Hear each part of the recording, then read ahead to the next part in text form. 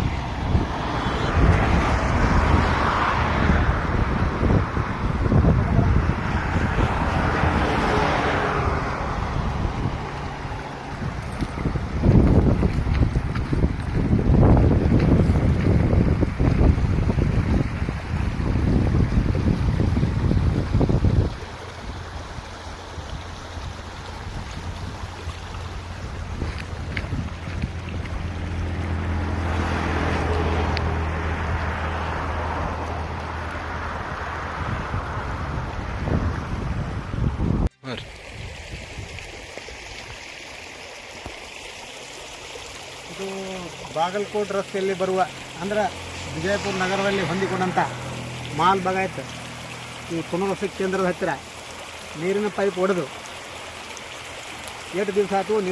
ನೀರಿನ ಇಲಾಖೆಯವರು ಯಾರೂ ಇದ್ರ ಬಗ್ಗೆ ಗಮನ ಹರಿಸಕತ್ತಿಲ್ಲ. ಬಿಜಾಪುರ ನಗರದ ಜನತೆಗೆ ಒಂದು ವಾರಕ್ಕೊಮ್ಮಿನಸಾಗಿ ನೀರು ಬಿಡಾಕತ್ತಿಲ್ಲ. ಮತ್ತು ಇಂಥ ನೀರೆಲ್ಲ ಇಟ್ಟು ಹರಿದು ಹೊಂಟಾವಿಲ್ಲ.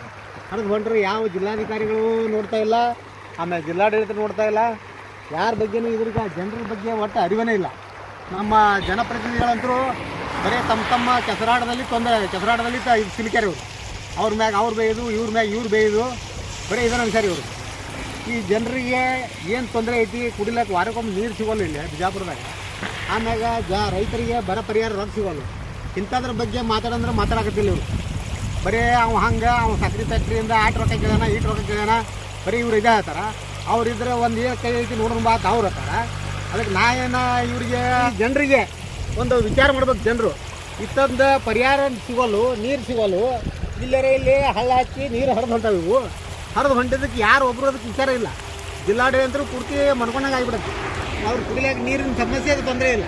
ಯಾಕಂದರೆ ಅವ್ರಿಗೆ ಕುಡಿ ನೀರು ಪೂರ್ತಿ ಅಲ್ಲಿ ಆಫೀಸ್ನಾಗ ಬಂದು ಬೀಳ್ತಾವೆ. ನೀರು ಅವ್ರಿಗೇನು ಖರ್ಚು ಹಾಕೋದೈತಿ ತಂದು ಕುಡಿಸೋದೈತಿ. ಆದ ಕಾರಣ ಈ ಜನರು ವಿಚಾರ ಮಾಡಬೇಕು. ಜನರು ಎಂಥವ್ರಿಗೆ ಓಟ್ ಹಾಕ್ಬೇಕು, ಬರೀ ಜಗಳ ಮಾಡೋರಿಗೆ ಓಟ್ ಹಾಕ್ಬಾರ್ದು. ಆಮೇಲೆ ಜನರ ಪರವಾಗಿ ಕೆಲಸ ಮಾಡೋಂಥವ್ರಿಗೆ ಓಟ್ ಹಾಕ್ರಿ. ಓಟ್ ಹಾಕಿ ನೀವು ಅವ್ರ ಮನೆಗೆ ಅಡ್ಡಾಡೋದು ಬಿಡ್ರಿ. ಬಿಟ್ಟು ನಿಮ್ಮ ಮನೆಗೆ ನಿಮ್ಮ ಕೂಲಿಯಾಗಿ ಕೆಲಸ ಮಾಡೋಂಥವ್ರಿಗೆ ಓಟ್ ಹಾಕ್ರಿ. ಆದ ಕಾರಣ ಒಂದು ಬಿಜಾಪುರ ನಗರದ ಜನತೆಗೆ